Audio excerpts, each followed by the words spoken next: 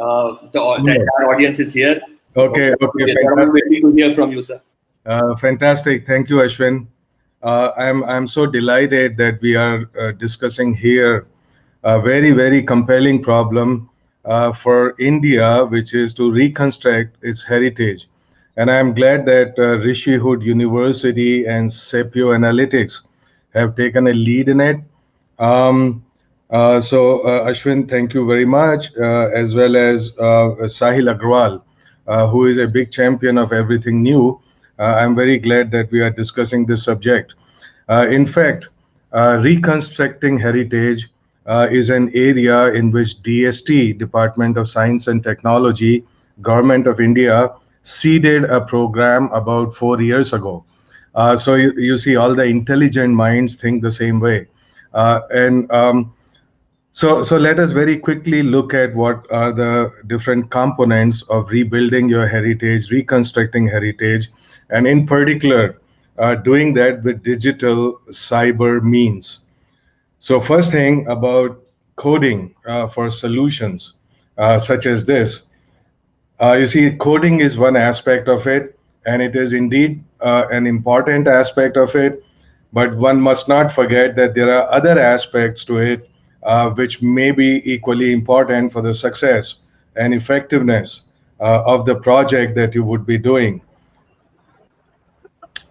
We all know about KYC, which is Know Your Customer.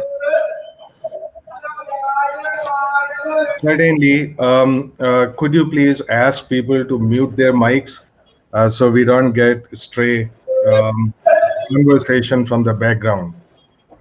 I request everyone to mute their mics, please, if you are not speaking. We'll all get chance to speak. When you're ready, please turn on your mic and speak. So KYC is know your customer, and there's always a customer in everything we do. So to know what the demands of the market and the customer are is about the most important thing there is. So you can call it KYC, you can also call it KYM, know your market. In this case, the market is not simply, well, of course, it's society at large, but it's also government, it's many corporations, it's many companies, and so on. And finally, most important thing is to know your problem, which is what I call KYP. Know your problem, because if we know the problem, then the coding, the ease of coding becomes that much easier, and the effectiveness of coding becomes that much more compelling. So knowing your problem, what does it mean? It means, for example, in the context of heritage reconstruction, it means I heard Mr. Sahil Agrawal say about it, and it's very important that in reconstructing heritage, we work seamlessly with people in other areas who are expert about the physical, cultural aspects of that heritage. This involves, for example, psychology, it involves sociology, it involves a deep study of culture, it involves art, performing art, visual art, music, all of that. It involves culture. We said archaeology and history. So it is about not reconstructing simply an object, but it is reconstructing the history, the culture, the stories, if you would, behind that artifact, relating it to the continuity coming from the past to the present. Right. So I'm sure we all understand that. I will give you an example. Sahil ji, he talked about Ajanta Ellora, and I don't know if this particular hackathon is focused on reconstructing that. That is an amazing thing. I mean, those of you who have not seen it, take the opportunity as you go out of COVID times to see it, to witness the splendor that was Ajanta Ellora. And this is certainly a love of labor of many generations working together, not with power tools, but with hand tools. So certainly this requires total dedication It requires total understanding of the cause for which these people were working. Right? So unless we bring in that excitement in reconstructing the past, it does not appeal as much to people as if you had an emotional contact with people through that heritage. So of course, there have been a lot of reconstructions of heritage, and there are many different tools for doing it. In particular, as I said, coding is one aspect of it, but there are other technology tools. For example, 3D printing. 3D printing, very important, because once we reconstruct from the fragments of an archaeological heritage, we can 3D print it. So that reconstruction requires, of course, understanding the architecture, the motives, the elements of that heritage, and making it complete. Also, there have been complete heritage that have been blasted away. A very good example was Bamiyan Buddha. Bamiyan Buddha, such a huge, magnificent statue of Buddha in Afghanistan, which even it took very strong effort, to break it, to blast it, with all the modern tools of destruction at our disposal. But at the end of it, okay, it's a good thing that it was digitally scanned before it was destroyed. Today, you can actually witness a digital replica of it, which is produced by holographic 3D holographic image with lasers. So it is not the real thing. It is not the original thing, but it's the best that you got. So sometimes reconstruction has to be done because there has been a wholesale destruction of heritage. Happens in the times of war and disruptive events, earthquakes, and so on. But it can also happen naturally over time. For example, in Ajanta and Ellora. And there are also mysterious civilizations like Indus civilization. Now it's called Indus Saraswati civilization, which nobody really knows how it disappeared. But one of the very mysterious civilizations, contemporary with the old Mesopotamia, with Babylon. And imagine, at the peak of its glory, this occupied an area larger than all the contemporary Middle Eastern civilizations put together, which are Syria, Babylon, Mesopotamia, and so on, with hundreds of urban centers, semi-urban centers, and such an important center of ancient civilization. But very little of it remains, and whole lot of mystery. So imagine there is not a single museum in the world which is dedicated to the civilization of Indus Saraswati. And we are going to start on a big effort to start reconstructing it. And it has got multiple dimensions. So you can understand a very key dimension is the language. And even the language has not been totally satisfactorily decoded to the satisfaction of everybody. Now, this is something that India must take up. I doubt very much whether our neighbors, where this civilization, is spread over all the way. If you go to Gujarat, is the southmost tip. If you come near eastern UP, is the eastern tip. Then you go up there near Kashmir. Then you go west across Pakistan, across Afghanistan, all the way into some parts of Iran, right? This is how extensive this civilization was. And I think we are the inheritors of that legacy. So it is for India to build this magnificent, past, and because it also has continuity in our lives even today. So there are some strengths and some weaknesses in reconstructing civilizations of this kind. So this is a very big project. It is not simply rebuilding a monument. It's not simply rebuilding a single statue. It is about rebuilding the entire history, the entire drama of the people who lived there, the culture they had, the things they believed in, the way they did commerce. There were ships actually going, for example, from Gujarat to Middle East. It's about the seals that you find there, decoding them and reconstructing them and relating them to the history, to the aesthetics, to the art, to the livelihood, to the environment, to the climate, to the animals that live there. So this is so fascinating, so fascinating, and in which certainly the digital aspects of reconstruction and coding play a very important role. I'll give you another example.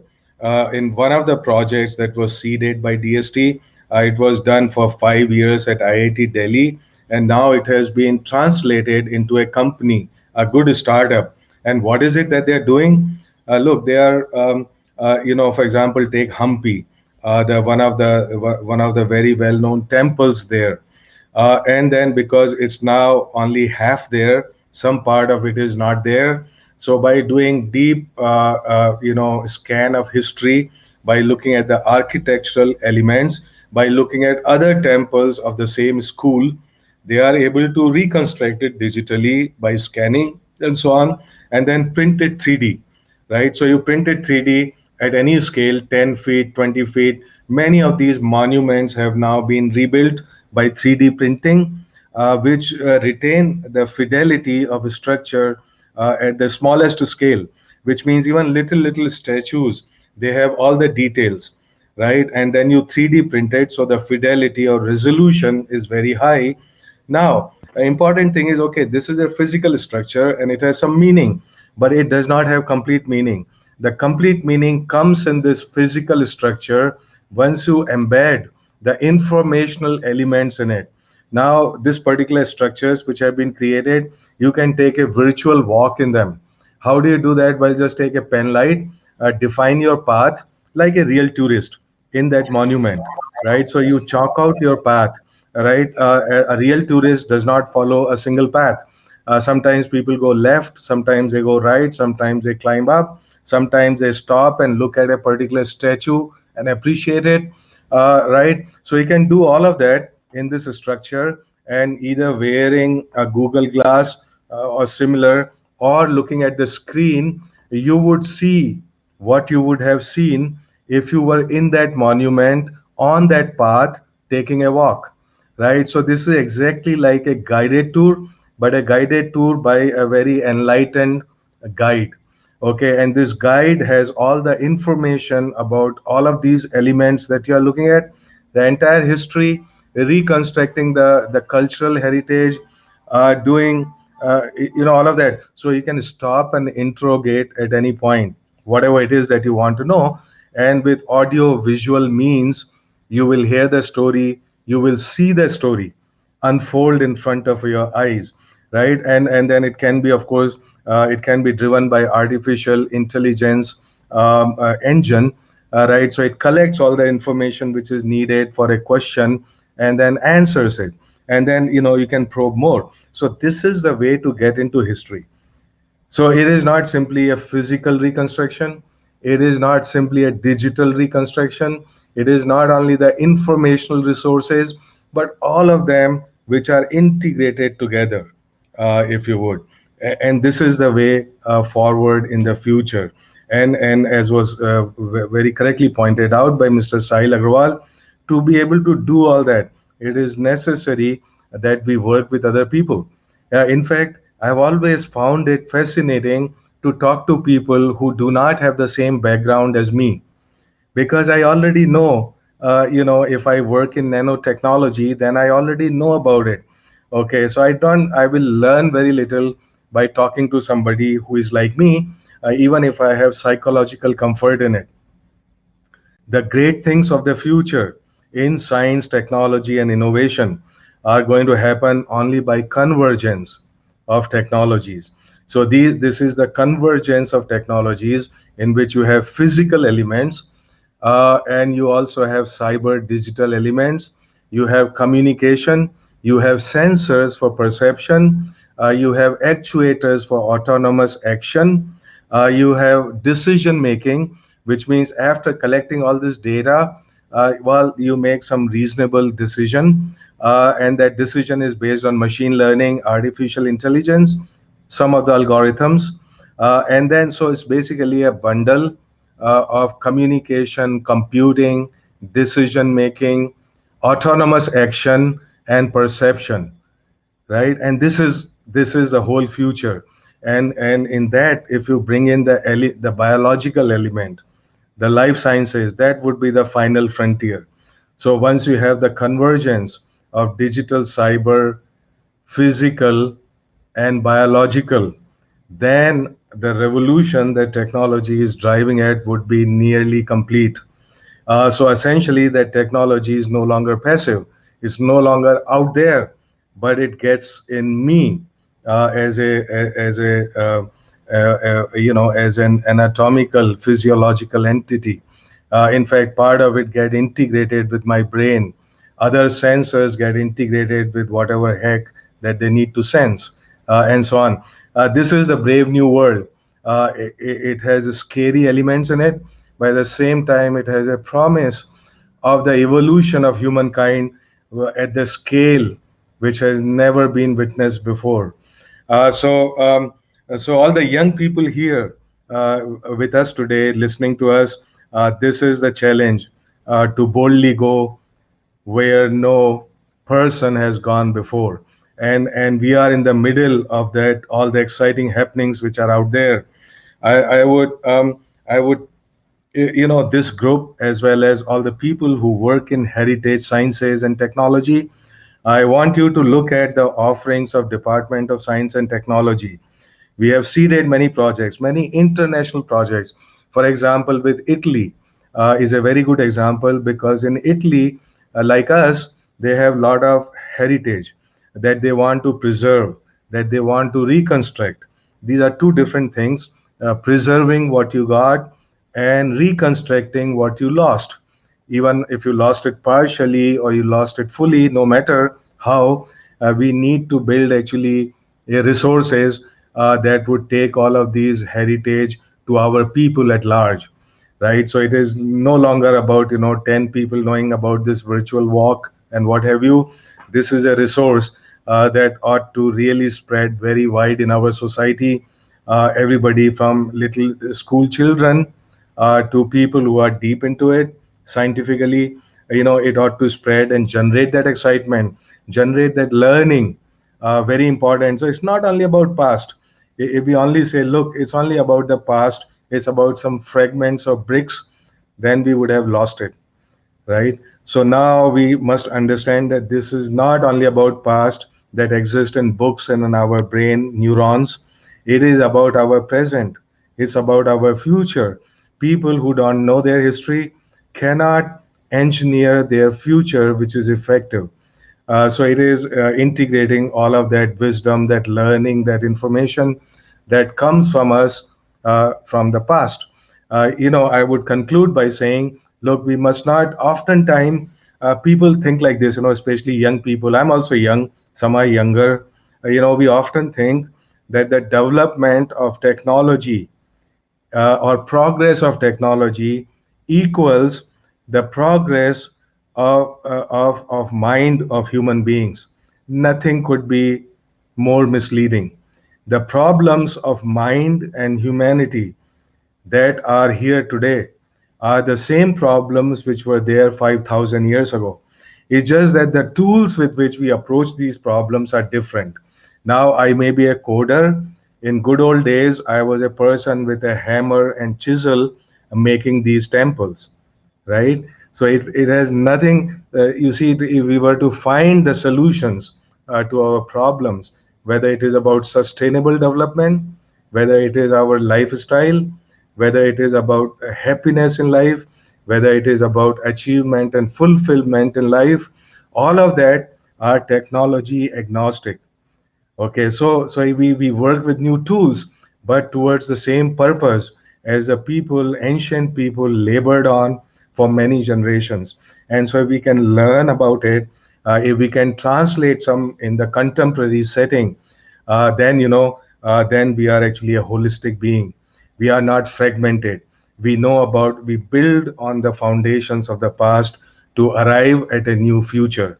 So thank you very much for being with us, for listening to this very important area. And I want to congratulate again Sahil Agwal, Ashwin Srivastav, Avinash Pandey, all the people I see here, Ankit Mathur, Rishabh Ilwadi, everybody, and all the listeners. Please think very deeply about it. Get some interest in things, not just coding, but how does it relate to life? And this, in fact, is already happening because we all know about Industry 4.0. Industry 4.0 is a concept which is focused, which is centered on industry, which is technology at the center. Now, there is also a parallel concept, which is Society 5.0. And what that means is, look, industry and technology is for people. So it is a society, the people who are at the center. And a technology, which is a really good technology, would succeed if you keep the needs and priority of people at the center. And this is what I want to submit to all the intelligent coders out there. There's never been a technology which does not address the deep down desires and dreams of people that would succeed. Okay, so thank you again, and I'm sorry I took longer than I thought. But anyway, now I got another event at 11 o'clock, so I must quickly exit from here. I got carried away. Thank you very much. Have a great event, and please showcase everything that comes out from here and take it forward. Thank you.